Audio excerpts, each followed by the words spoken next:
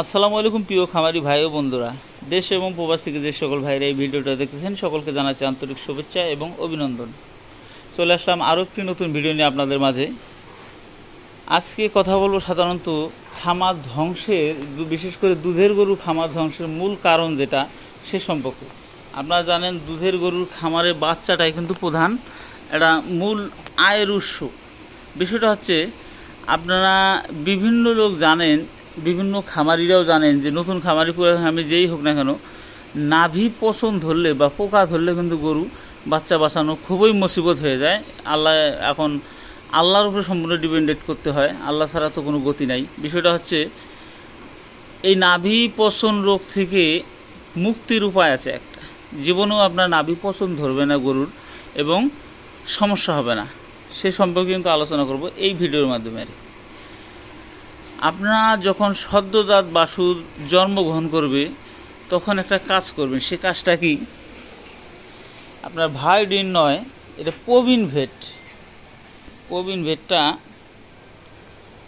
ভেটটা নিয়ে আপনারা কি করবেন, এই দেখতে পাচ্ছেন প্রবীণ ভেট, এরকম একটা মুখা আছে, এই মুখার মধ্যে প্রবীণ ভেটটা নিয়ে কিন্তু আপনারা সদ্যজাত বাছুরের যে নাভি আছে, এই যে নাভির মধ্যে এইভাবে দিয়ে দিবেন।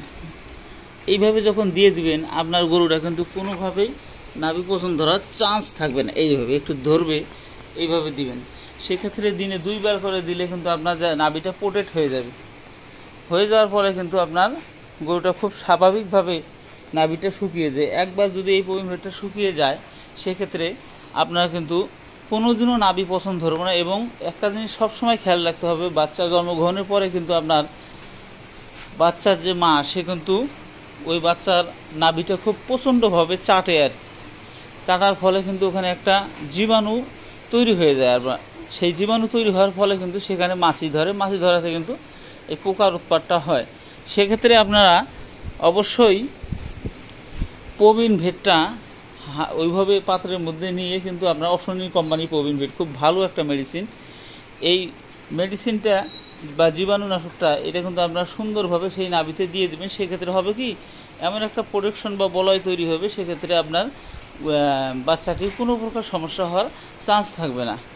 কাজেই নতুন পুরাতন যে খামারই হন না কেন, আপনারা কিন্তু কিছু রুলস ফলো করবেন। আমি কিন্তু ওই মানুষের গরু ভিডিও করে আপনাদেরকে দেখাই না।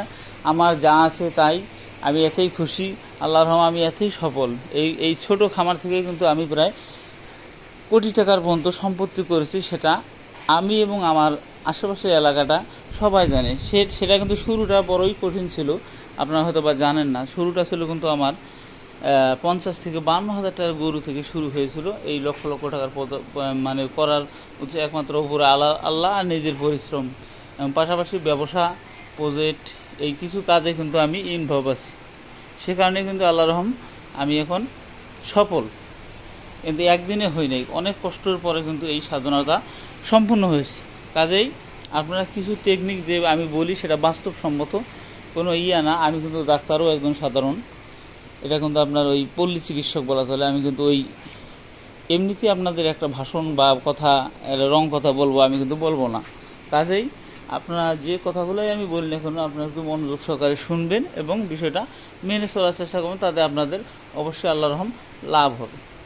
কাজেই আপনাদের নিজের মনে করে দেখি কিন্তু আমি এই বিষয়গুলো জানাই। সেক্ষেত্রে চ্যানেলটি ভালো লাগে সাবস্ক্রাইব করবেন, পাশে থাকবেন। ধন্যবাদ সকলকে। আসসালামু আলাইকুম।